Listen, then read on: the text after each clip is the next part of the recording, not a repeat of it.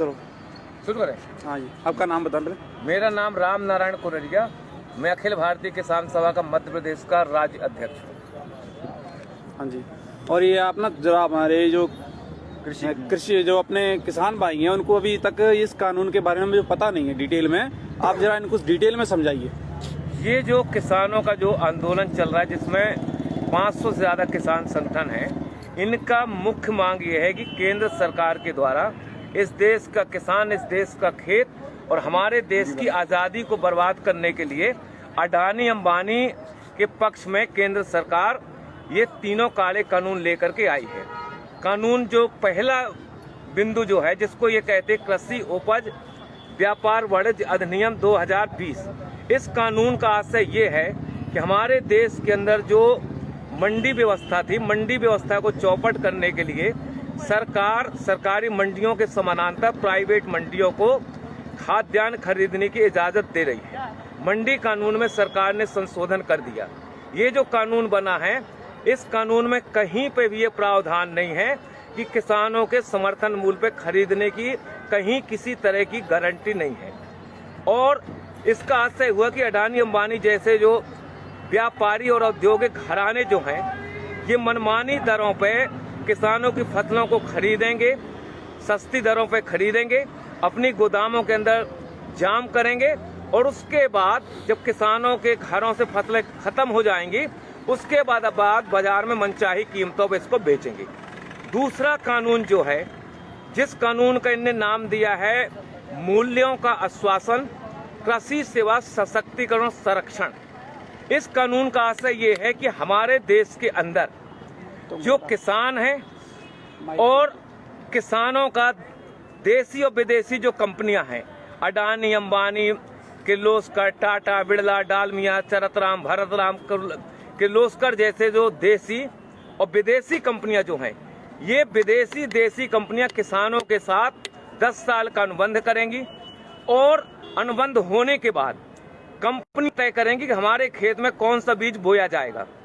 बीज के साथ ये तय करेंगे कि बीज के साथ कौन सा खाद डालना है, कौन सी कीटनाशक दवा डालना है, और उसके बाद किसान अपने खेत में बीज बोने के लिए स्वतंत्र नहीं होगा।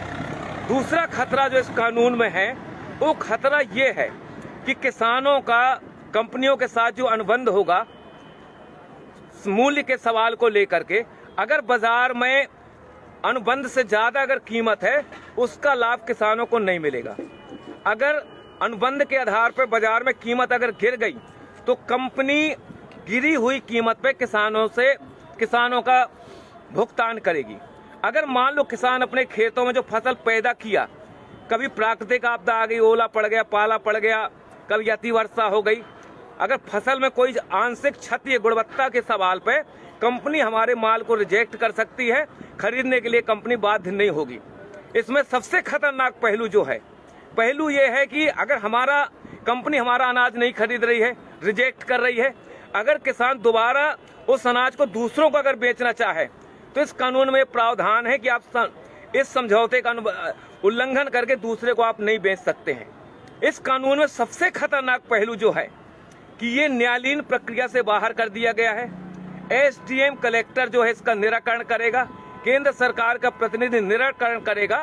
कंपनी और किसानों के बीच में अगर कहीं पे कोई विवाद होता है तो इसमें हाई कोर्ट, सुप्रीम कोर्ट जाने के किसानों को अधिकार नहीं दिए गए हैं। और हम और आप ये जानते हैं कि एसडीएम और कलेक्टर जो है ये राज्य और केंद्र सरकार के प्रतिनिधि होंगे। कंपनी के बड़े बड़े वकील पैरवी करेंगे और किसान के पास इतनी ताकत नहीं, इतना पैसा नहीं है कि उन वकीलों का मुकाबला कर सके और आखिरी में किसान के खिलाफ ही फैसला होगा। इसलिए ये कानून ठेका खेती वाला जो कानून है, खतरनाक कानून है। इस कानून से हमारे देश की खाद्यान्न सुरक्षा खतरे में पड़ेगी। हमारे कंपनियों को अगर ये लगता है कि दुनिया के देशों में कौन सी चीज की जरूरत है, अगर उनको लगता है कि रतन जोत पैदा करना है, उनको लगता है मशरूम की खेती करना है, तो आज हमारे देश का किसान अपने खेतों में जो धान पैदा कर रहा है, गेहूं पैदा कर रहा है, कंपनी उनको मजबूर करेंगी रतन जोत और मशरूम की खेती करने के लिए, क्योंकि बीज वो देंगी। हम लोगों ने देखा हिंदुस्तान के जब ईस्ट इंडिया कंपनी का कब्जा था। ये जो बंगाल था, जब हिंदुस्तान और पाकिस्तान नहीं बना था, बांग्लादेश नहीं बना था, उस समय ईस्ट इंडिया कंपनी ने वहां के किसानों को बाध्य किया था नील खेती करने के लिए। और जब नील खेती किसानों ने की, जमीनें उनकी बंजर हुई, उर्वरक शक्ति खत्म हुई और हमारे देश में आजादी के पहले 1 करोड़ से ज्यादा हिंदुस्तान का नागरिक मारा गया था भूख की वजह से।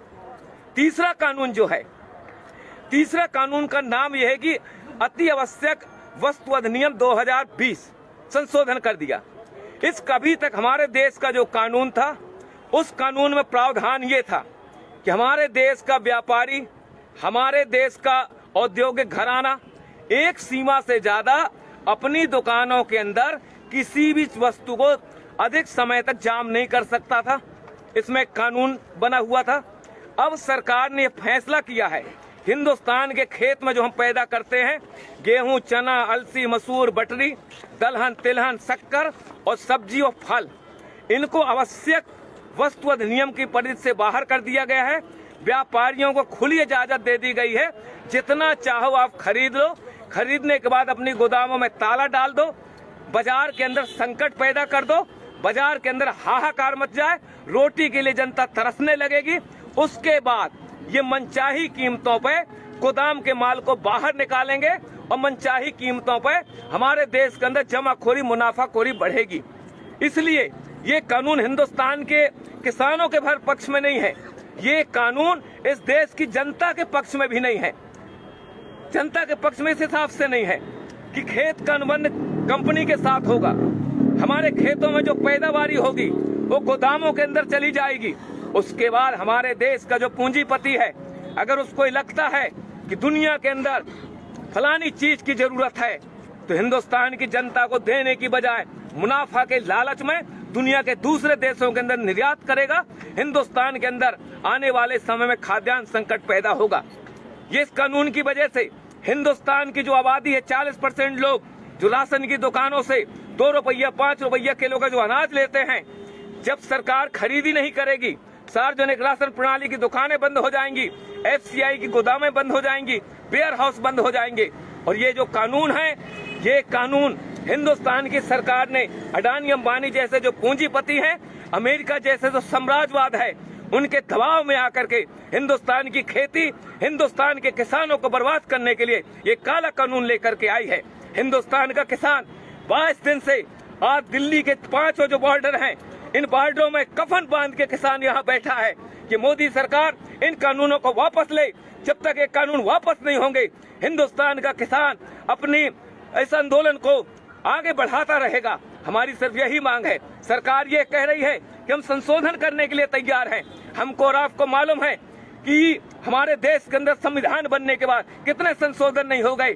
अगर एक कानून बन गया, कानून में ने मान लो गारंटी भी लिख दी, लेकिन जब चाहेगी सरकार उनमें संशोधन कर सकती है।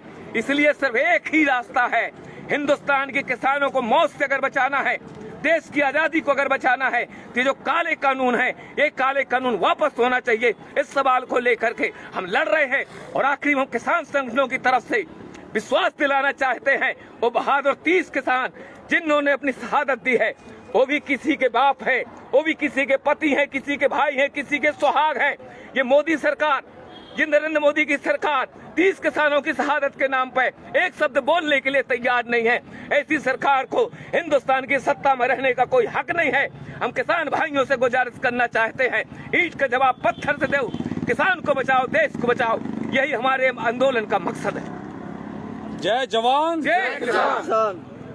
भाइयों, जिस प्रकार किसी भी किसान भाई को ये चीज का जो मालूम नहीं है कि 3 कानून क्या हैं, वो समझ लें और इस वीडियो को शेयर करें, ज्यादा से ज्यादा किसानों को समझ में आए। जय जवान जय किसान। कितने मिनट का है? लाइव था भाई, लाइव क्योंकि 10-12 का था।